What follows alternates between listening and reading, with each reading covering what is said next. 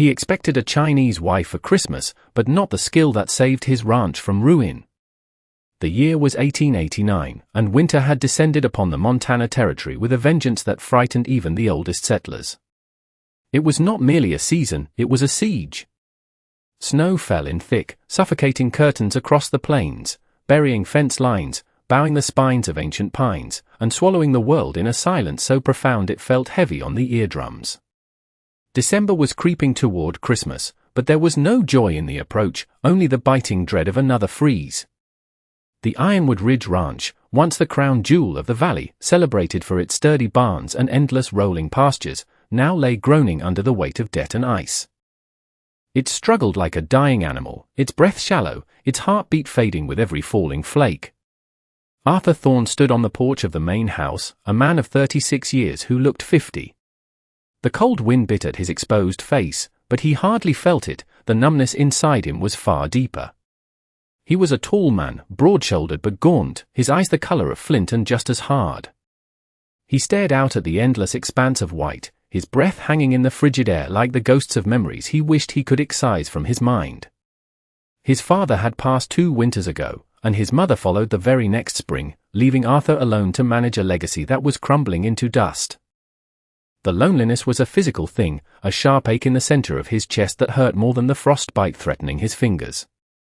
That pervasive isolation was the reason why, 3 months prior, he had swallowed his pride and written a letter to a marriage broker in San Francisco. He had not written for passion.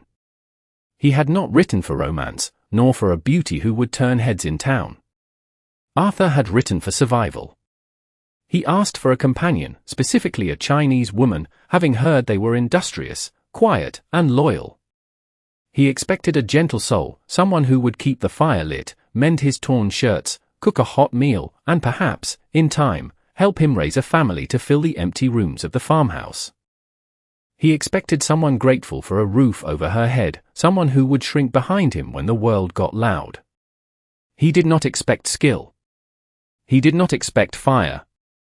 And he certainly did not expect the vision that stepped off the stagecoach that Tuesday afternoon. The town of Black Creek was buried under 2 feet of fresh powder, the wooden boardwalk slick with ice. The stagecoach horses blew steam from their nostrils as the driver tossed a single, battered leather trunk onto the snow. Then, the door opened. A woman stepped out, and for a moment, the grey, monochrome world of the frontier seemed to shatter.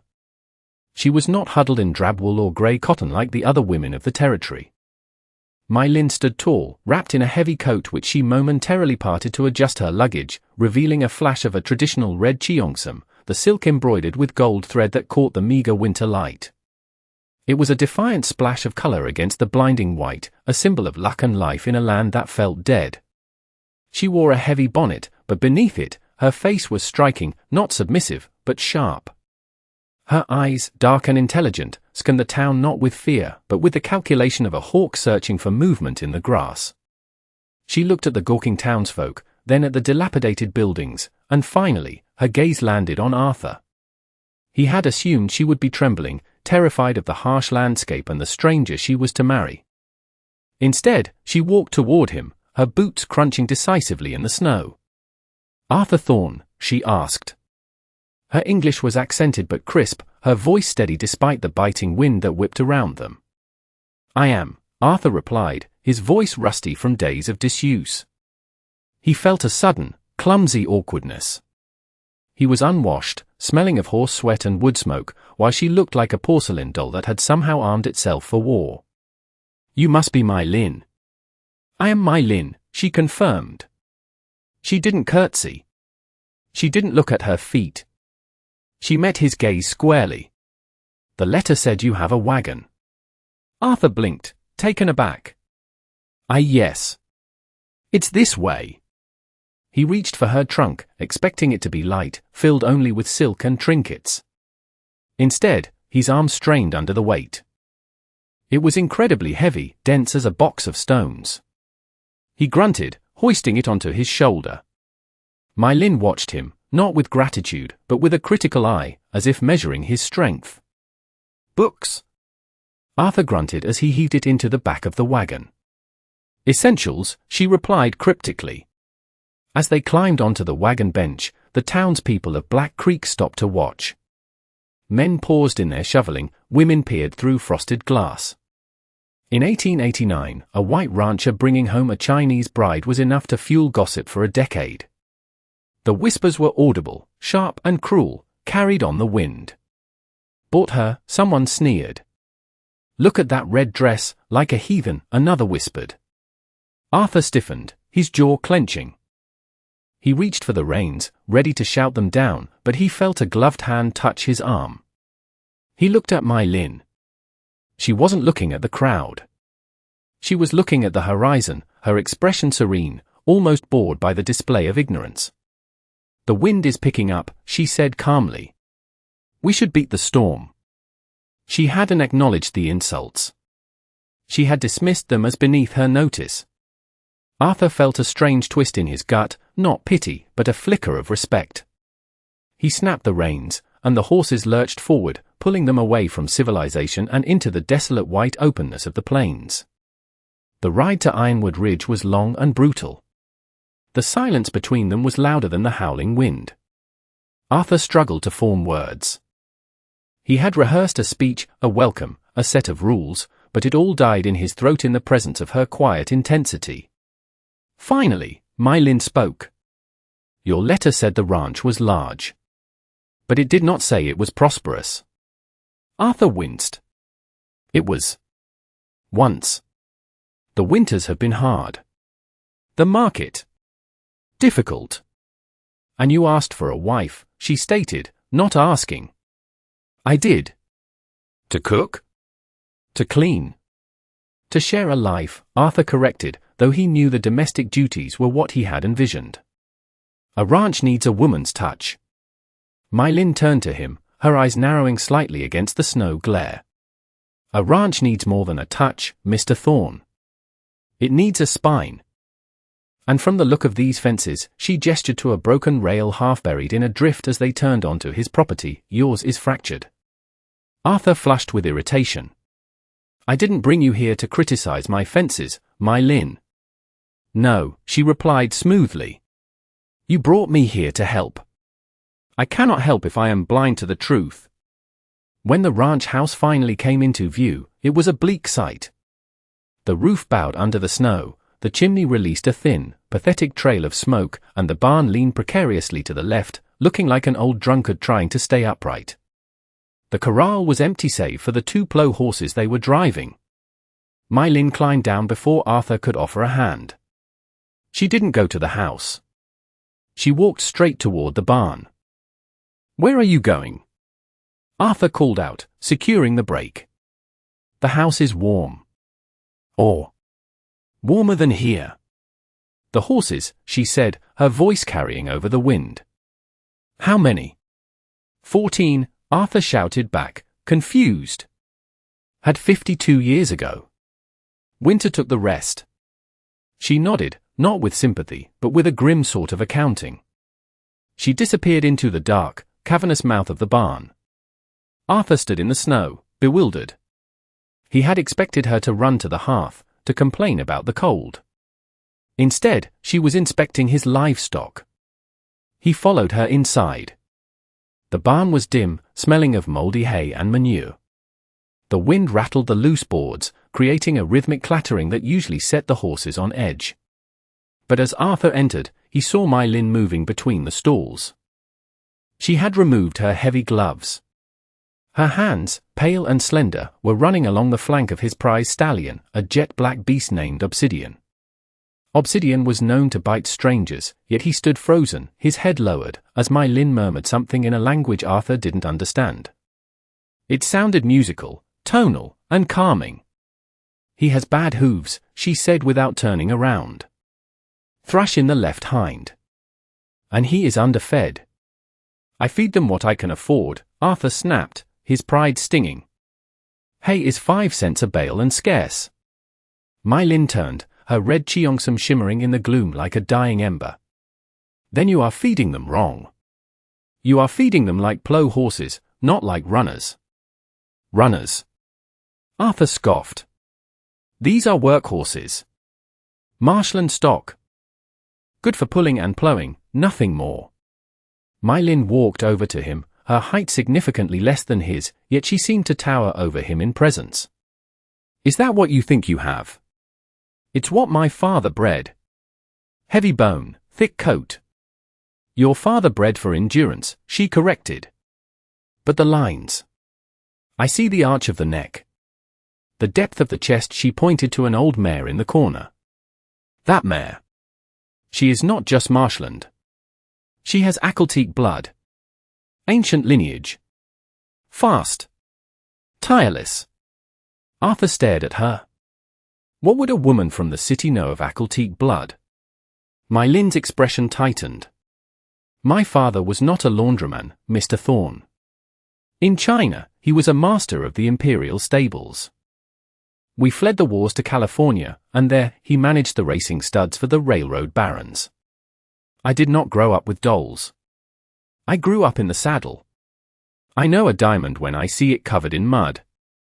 Arthur was silenced. The revelation hung in the cold air. He had expected a cook. He had been sent a master horseman. Show me the books, she demanded softly. That is private, Arthur bristled. A wife does not. A partner does, she cut him off. How much debt? Arthur looked at the ground, shamed.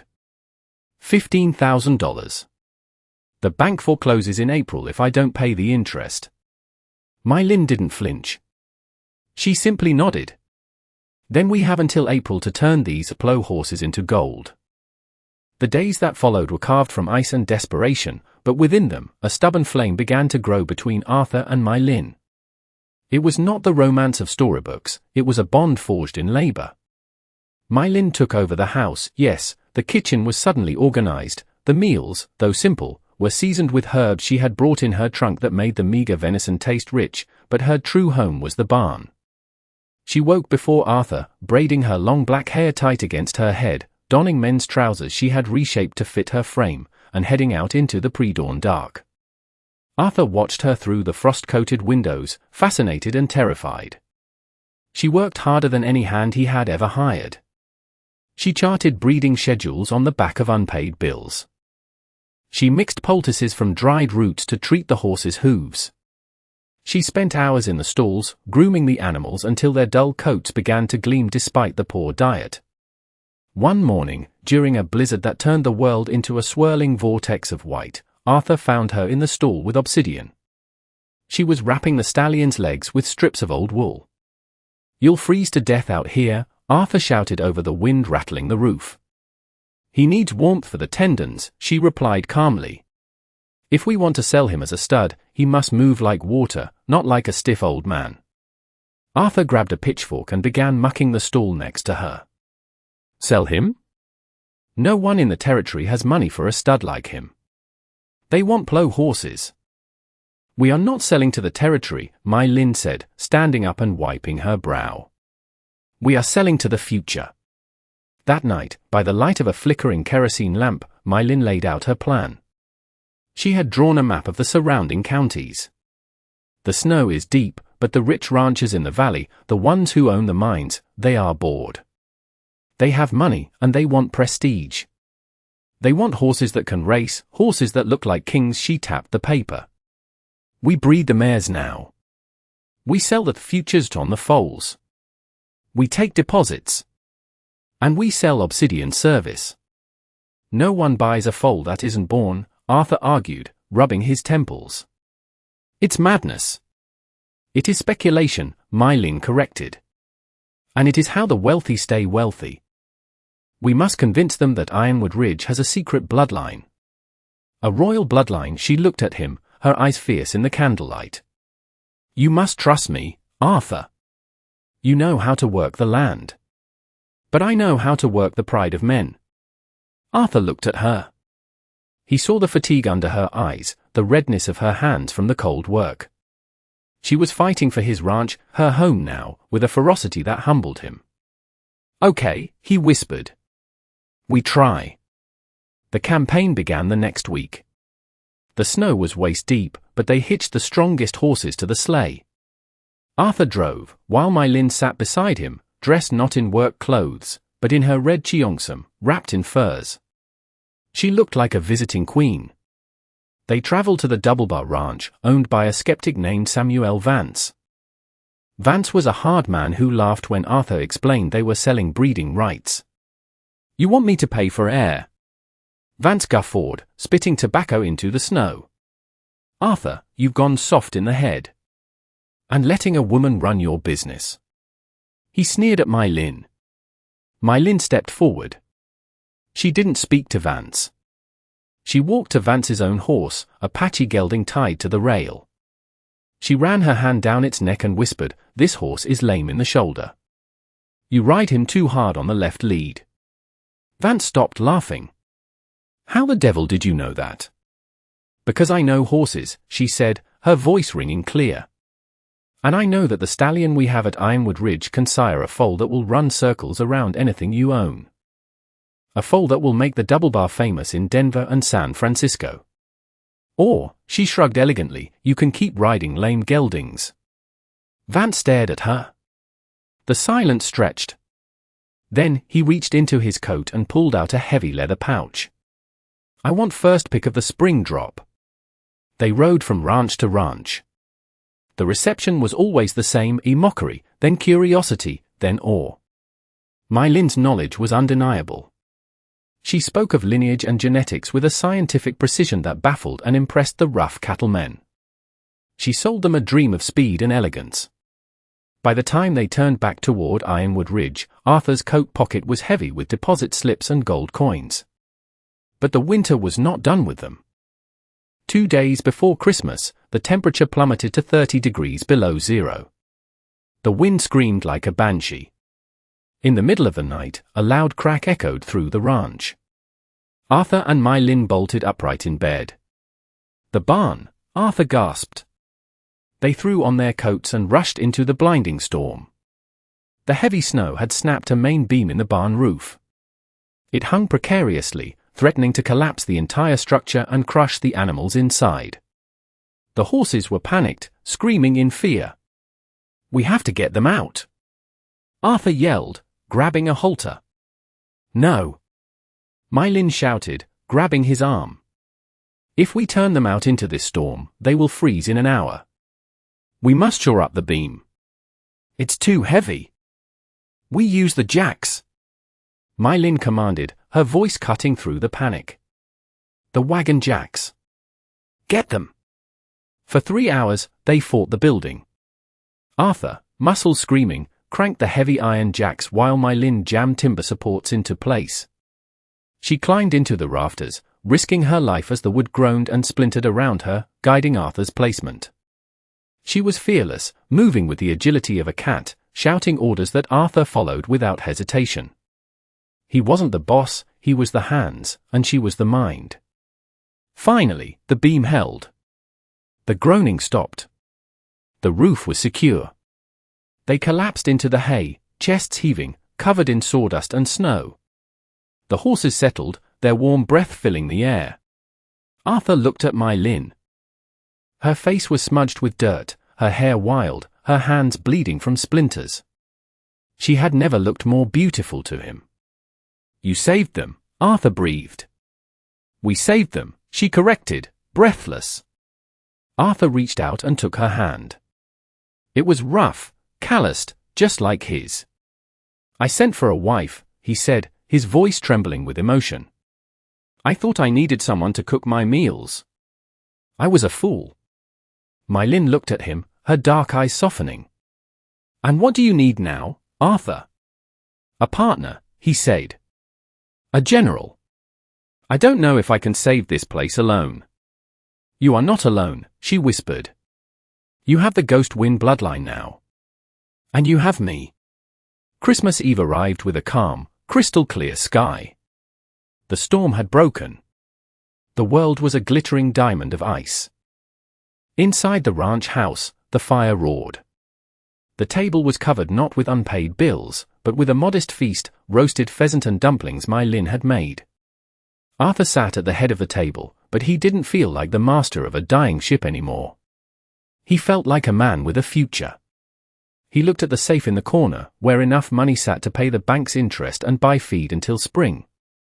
The foals coming in April were already sold. The reputation of Ironwood Ridge was growing before the grass even turned green. He looked at Mai Lin. She was wearing her red cheongsam again, her hair pinned up with a comb he had found in his mother's jewelry box and given to her that morning. "Thank you," Arthur said, breaking the silence. "For the dinner?" she asked. "For everything. For the skill. For the fire. For saving me." Mai Lin smiled, and it was the first time he had seen her truly smile, a warm, genuine expression that reached her eyes. "I did not come here to save you, Arthur. I came here to build a life. Saving you was just necessary maintenance." Arthur laughed, a sound that hadn't been heard in that house for years. He stood up and walked to her, offering his hand. "Merry Christmas, Mai Lin." She took it, her grip strong and sure. "Merry Christmas, Arthur." As they stood by the window, watching the moonlight dance on the snow that covered their land, Arthur realized that the debt was just money, and the winter was just a season. The true wealth of the ranch was standing right beside him. He had expected a wife to serve him, but fate had sent him a warrior to lead him. And as the wind whispered through the pines, no longer a threat but a song, Arthur knew that Ironwood Ridge would not just survive, it would become a legend. This story of Arthur and Mai Lin reminds us that our greatest strength often lies in the partnerships we build and the openness to see value where we least expect it. True love is not found in subservience or rigid roles, but in shared burdens and mutual respect, where two people combine their unique skills to overcome insurmountable odds. Like the harsh winter that tested the ranch, life's challenges are best weathered when we embrace resilience and trust in one another's strengths. By letting go of his pride and accepting Mai Lin's expertise, Arthur not only saved his legacy but found a connection deeper than he could have imagined.